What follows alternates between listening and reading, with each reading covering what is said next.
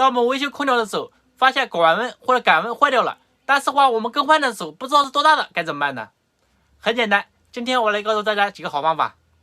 现在我就拿这个空调内机电路板，还有这个管温、感温来跟大家说一下。其实想知道这个电路板用多大阻值的管温和感温，一般的有4个技巧。首先我们说一下第一种，有很多机器内机的管温和感温阻值是一样大的，所以说我们换了一个，我们可以把另外一个拆下来测量一下阻值多大就知道了，然后我们换一个同样的规格就行了。但是有的空调不一样。现在我们来说一下第二个方法，这个比较简单。像比如有的空调管温或者感温上面线有标志的，比如你们看这个就写了一个 20K， 看到吗？像这个你们看，这里写了一个 15K， 所以说我们可以看这个标志就知道多大，我们换一个同样的规格上去就行了。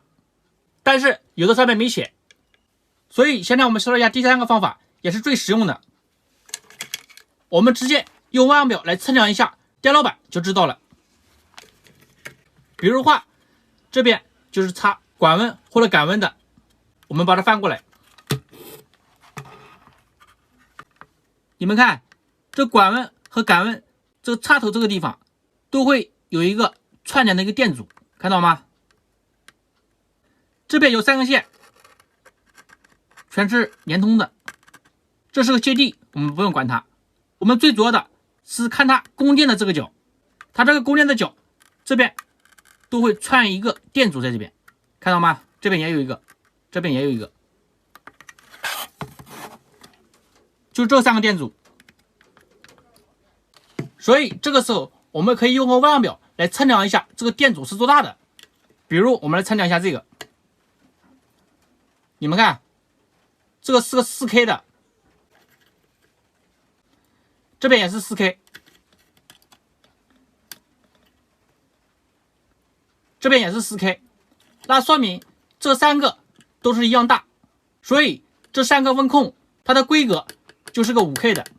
像管温和感温一般的有 5K、10K、15K、20K、50K 这种规格，对吧？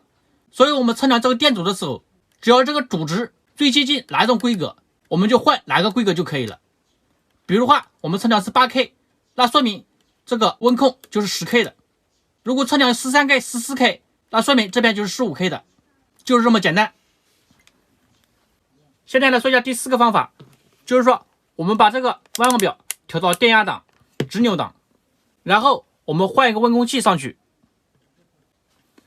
然后我们用手把这个温控抓住，然后我们来测量一下这边的电压是多少。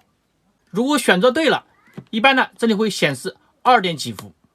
如果电压偏低或者偏高，说明这个阻值是不对的，我们就继续更换温控。